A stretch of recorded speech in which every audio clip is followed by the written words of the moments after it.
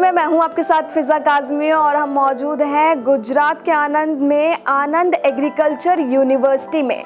यहां किसानों के लिए कई तरीके के काम किए जा रहे हैं। उनके किसानों को ऊंचाइयों तक पहुंचाने के लिए, नई किस्मों तक उनको पहुंचाने तक काफ़ी ज़्यादा काम यूनिवर्सिटी की ओर से किया जा रहा है। हमारे बीच मौजूद हैं director of extension HB Patel ji. Sir, पहले तो बहुत बहुत स्वागत है आपका हमारे चैनल पर। काफ़ी कुछ किसानों के लिए किया जा रहा है यूँ तो, लेकिन अगर हम नेचुरल फार्मिंग की बात करें तो उसके लिए क्या कदम इनिशियली उठाए गए हैं? नेचुरल फार्मिंग के बारे में हमारे जो एक्सटेंशन सेंटर है उसमें हम ट्रेनिंग भी देते हैं। हमारे KVK पर उनका डेमोन्स्ट्रेशन प्लॉट भी है और हम किसानों को बताते हैं कि किस तरह से नेचुरल फार्मिंग के जो आयाम हैं, 5 आयाम हैं, तो किस तरह से वो एडॉप्ट करे और उनका रिजल्ट भी क्या है, क्योंकि किसान जो देखता है वही एडॉप्ट करता है। ऐसी बातें करने से वो एडॉप्ट नहीं करेगा। तो ये हमारे जो एक्सटेंशन सेंटर हैं वहाँ हम डेमोन्स्ट्रेशन प्लॉट भी लगाते हैं। हमारे जो साइंटिस्ट हैं वो किसानों के खेत में भी जाते हैं और वहाँ भी उनको ये नेचुरल फार्मिंग के बारे में तालीम भी देते हैं। और अभी तक जो इस साल में हमने टोटल 72 ट्रेनिंग प्रोग्राम किए हैं और 2414 किसानों को हमने ट्रेन किया है, जो हमारे ज्यूरिडिक्शन है 9 डिस्ट्रिक्ट उसमें से। और उनकी विजिट और डेमोन्स्ट्रेशन और जो एक्सटेंशन एक्टिविटी है वो टोटल हमने 84 ऐसी एक्टिविटी की है और करीबन 5000 के ज़्यादा किसानों को लाभान्वित किया है हमने। जी, जिस तरीके से हमें सर ने बताया कि काफ़ी ज़्यादा काम किया जा रहा है शिक्षा के क्षेत्र में भी और प्रशिक्षित करने के लिए किसानों को एग्रीकल्चर यूनिवर्सिटी से, ताकि वो जुड़ें और उनको नई तकनीकों के ज़रिए अपनी फार्मिंग में वो इस्तेमाल कर सके। लेकिन सर, अभी की हम बात करें तो अभी कौन से नए प्रोजेक्ट्स हैं जिस पर यूनिवर्सिटी काम कर रही है और जिससे किसान भी जुड़ रहे हैं? हाँ, टोटली हमारे यहाँ यूनिवर्सिटी में 21 ट्रेनिंग प्रोग्राम चल रहे हैं एक्सटेंशन एजुकेशन के।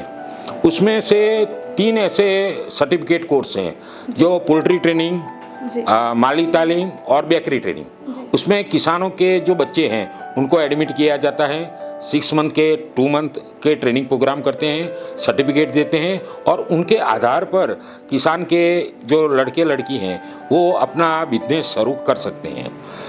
और इनके अलावा 6 ऐसे हमारे तालीम प्रोग्राम है, स्पेशल ट्रेनिंग प्रोग्राम, जैसे कि ऑर्गेनिक फार्मिंग के बारे में, इंटीग्रेटेड न्यूट्रिएंट मैनेजमेंट के बारे में, फूड प्रोसेसिंग के बारे में, सीड प्रोडक्शन के बारे में। ऐसे 6 तालीम वर्ग भी हम चलाते हैं और वो 1 वीक या 2-3 days as per the need of the farmer हम वो प्रोग्राम चलाते हैं और ट्रेन करते हैं। दूसरा 2 ट्रेनिंग प्रोग्राम ऐसे हैं कि जो एक्सटेंशन फंक्शनरीज हैं उनको भी हम ट्रेनिंग देते हैं। जो वेस्टर्न जोन के 9 राज्य हैं उसमें हमारे यहाँ एक्सटेंशन एजुकेशन इंस्टीट्यूट हैं, वो वहाँ 9 राज्यों के जो लाइन डिपार्टमेंट के क्लास 2 और क्लास 1 अधिकारी हैं उनको भी हम यहाँ तालीम देते हैं। और जो गुजरात के, हमारे मिडल गुजरात के जोन के जो अधिकारी हैं, agriculture, horticulture, fishery, animal husbandry, उनके लिए भी दर 2 महीने में एक बार हम उन्हें बुलाते हैं और उनको ट्रेन करते हैं। उनके जो प्रश्न आते हैं किसानों की ओर से वो हम उनको सॉल्यूशन भी हम देते हैं और उनके फीडबैक लेके हम रिसर्च में वो फीडबैक ट्रांसफ़र करते हैं कि जिसकी वजह से उनके बारे में भी रिसर्च हो सके। और 10 ऐसे सेंटर हैं अलग अलग कि जो किसानों की जो बहनें हैं, किसान बहनें, उनको भी ट्रेन करते हैं। स्पेशली गुजरात में एक हमारा ट्राइबल पॉकेट में, दाहोद में, देवगढ़ बारिया में फार्म वुमेन ट्रेनिंग सेंटर है, ट्राइबल ट्रेनिंग सेंटर। वहाँ सिर्फ ट्राइबल जो फार्म वुमेन हैं उनको ट्रेन किया जाता है खेती के बारे में, या उनके जो इनकम जनरेटिंग एक्टिविटी वो वहाँ से हो रही है। और दूसरा कि हमारे यहाँ 1-2 ऐसी स्टेट गवर्नमेंट की स्कीम है, पशु विज्ञान केंद्र और डेयरी विज्ञान केंद्र। वो स्पेशल केस में गुजरात सरकार ने स्टार्ट की है और उनमें हम उनको किसानों को ट्रेन करते हैं। सर, एक्सटेंशन एजुकेशन अगर हम बात करें इंस्टीट्यूट की, तो ये क्या है, किस तरीके से किसानों के लिए काम कर रहे हैं?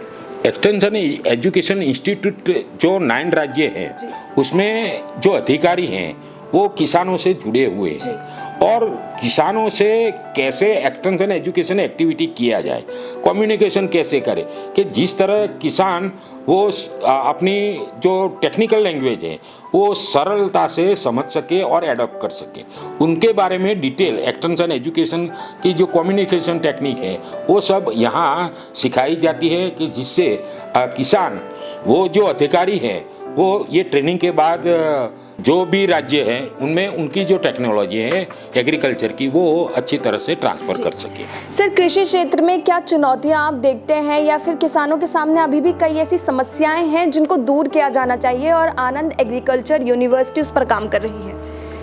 उसमें अभी तो जो चुनौतियाँ हैं उसमें reduce the cost of cultivation, जो हमारे माननीय वड़ा प्रधान नरेंद्र मोदी साहब ने जो मोटो दिया है कि doubling the farmer income, how we can do, तो उसमें जो भी low cost no cost technology है वो भी हम प्रमोट करते हैं और ये प्राकृतिक कृषि है वो भी प्रमोट करते हैं कि जिससे किसान की आय दुगनी हो और उनकी कॉस्ट ऑफ कल्टीवेशन वो भी कम हो। और दूसरा कि जो मोदी साहब ने हमें एफपीओ के बारे में बताया है कि एफपीओ का गठन करो, तो हम हमारे जो सेंटर हैं केवीकेस है वो एफपीओ के जो प्रमुख होते हैं उनके मेंबर्स होते हैं उनको भी हम ट्रेन करते हैं और उनके लास्ट वीक में भी हमने एक बड़ा प्रोग्राम किया था कि एफपीओ के जो है कि मार्केटिंग व्यवस्था वो कैसे की जाए। एफपीओ तो हम गठन करते हैं लेकिन वो उनका मार्केटिंग कैसे करें, तो उनके बारे में भी एक दिन का हमने तालीम वर्ग रखा था और किसानों को लाभान्वित किया था। जिस तरीके से आपने एफपीओ के बारे में हमें बताया, लेकिन एफपीओ क्या आपको लगता है कि लाभकारी संगठन एक साबित होगा किसानों के लिए? क्योंकि एफपीओ का गठन, जैसे आपने खुद ने कहा, एफपीओ का गठन तो हो जाता है लेकिन किसान उससे सही जानकारी नहीं मिल पाती है, फिर भी किसानों को कहीं ना कहीं वो अब भी अछूता सा है उससे। नहीं, हमारे यहाँ तो गुजरात में एफपीओ के बारे में काफ़ी बहुत जानकारी है किसानों को, क्योंकि ये पॉकेट ही कोऑपरेटिव सेक्टर का है, अमूल और ये सब कुछ यहाँ चलता है, तो किसानों में जागरूकता है। तो छोटे और मध्यम किसान हैं तो उनको इकट्ठा करके एफपीओ से इकट्ठा होते हैं और जो मार्केटिंग है, मार्केटिंग में भी हम वैल्यू एडिशन कैसे किया जाए कि भाई जो प्रोडक्ट है उनका ग्रेडिंग पैकिंग करके या वैल्यू एडिशन करके हम किस तरह से ज़्यादा मुनाफा कमाए और बिचौलिया जो है वो हम रिमूव कर सके। तो इस तरह की हम कोशिश कर रहे हैं कि जिसे किसानों की आय दुगनी हो और लाभान्वित हो। तो सर, हम आपसे ये भी पूछना चाहेंगे कि किस तरीके से आप किसानों को जानकारी पहुंचाते हैं? क्या आपके जरिए किसानों तक कोई मैगजीन या फिर कोई और माध्यम है जिससे जानकारी पहुंचाई जाती है किसानों तक? ये बहुत बड़ा अच्छा सवाल है। हम आनंद कृषि यूनिवर्सिटी में 1947 से हर महीने की पहली तारीख से ये हमारा कृषि गोविद्या मैगजीन है वो पब्लिश करते हैं और उसमें हमारा यूनिवर्सिटी का ही एडिटोरियल बोर्ड है और जो साइंटिस्ट हैं वही लेख लिखते हैं गुजराती में और हम हर महीने की पहली तारीख को हम वो डिस्पैच करते हैं और जो नॉमिनल रेट है पर ईयर 200 उनका लवाजम है। और जो मुझे जान के खुशी हुई कि आप भी फसल क्रांति करके जो गुजराती मैगजीन है वो पब्लिश कर रहे हैं और उसमें भी साइंटिफिक लेख आ रहे हैं, तो किसानों को मेरा अनुरोध है कि आप फसल क्रांति या हमारा कृषि गोविद्या कुछ भी मैगजीन है लेकिन उसको उनको सब्सक्राइब करिए और उनको पढ़िए और एडॉप्ट करिए। दूसरी बात, हमारे कृषि गोविद्या में मैं एक बताऊं कि हम हर महीने किसानों को नेक्स्ट मंथ में क्या रोग और जीवात संभवित है उनके बारे में भी बताते हैं और उनका क्या निवारण हो सके वो भी हम बताते हैं। और नई टेक्नोलॉजी अभी सपोज मोदी साहब ने बताया कि ड्रोन टेक्नोलॉजी, तो ड्रोन टेक्नोलॉजी के बारे में भी 1-2 महीने में हम बताएंगे। नैनो फर्टिलाइजर के बारे में भी हम बताएंगे। सर, आपसे आखिरी सवाल यही है, किसानों को क्या संदेश आप फसल क्रांति के माध्यम से देना चाहेंगे? किसानों को इस फसल क्रांति से एक ही मेरा मैसेज है कि जो भी स्टेट में जो भी यूनिवर्सिटी है उसमें जो भी उनकी रिकमेंडेशन है वो ही अपनाए।